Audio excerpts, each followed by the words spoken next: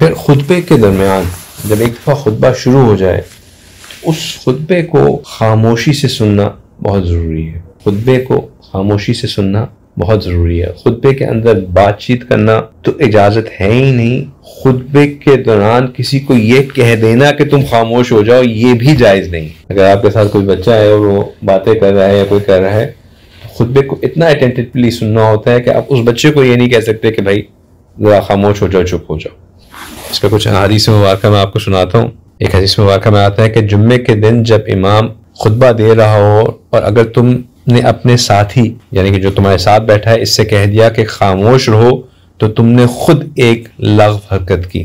कुछ हदीस मुबारक में आता है कि सहाबा इकराम ने फरमाया कि जिस शख्स ने जुम्मे के दिन अपने बगल के साथी से कहा चुप रहो तो इसने लग़्व हरकत की और इसके लिए इस जुम्मे से कुछ सवाब नहीं।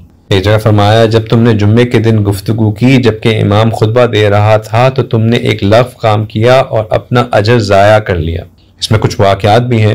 इनमें से एक वाक़या कुछ इस तरह है कि एक सहाबी फरमाते हैं कि मैं जुम्मे के दिन मस्जिद में दाखिल हुआ जबकि रसूलुल्लाह सल्लल्लाहु अलैहि वसल्लम खुतबा दे रहे थे तो मैंने अबी बिन काब रज़ियल्लाहु ताला अन्हु के करीब बैठ गया। रसूलुल्लाह सल्लल्लाहु अलैहि वसल्लम सूरह बरात की तिलावत फरमा रहे थे तो मैंने हज़रत अबी से पूछा कि ये सूरत कब नाजिल हुई, तो उन्होंने मुझे तश रोई से खामोश करा दिया, यानी कि मुझे बगैर कुछ कहे सिर्फ अपनी इस तरह करके गुस्सा करके मुझे खामोश करवा दिया और मुझसे कोई बात नहीं की। फिर कुछ देर बाद रुकने के बाद मैंने इनसे दोबारा पूछा तो उन्होंने फिर सख्त अंदाज में उन्होंने मुझे खामोश करा दिया और मुझसे कोई बात ना की।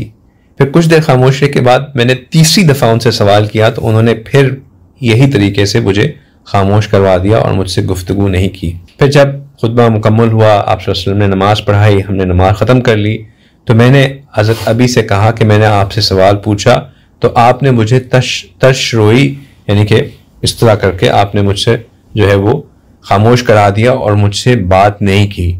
तो हज़रत अबी रज़ियल्लाहु ताला अन्हु ने फरमाया कि तुमको अपनी नमाज से लग़्व गोई के सिवा कुछ ना मिला, यानी कि तुमको लफ़्ज़ गोई के अलावा कुछ ना मिला। लफ़्ज़ गोई का मतलब जिनको इतनी सीरीज उर्दू नहीं आती कि एक्स्ट्रा काम बातें करने से यानी कि सुपरफिशियल चीज़ करने से के अलावा कुछ ना मिला।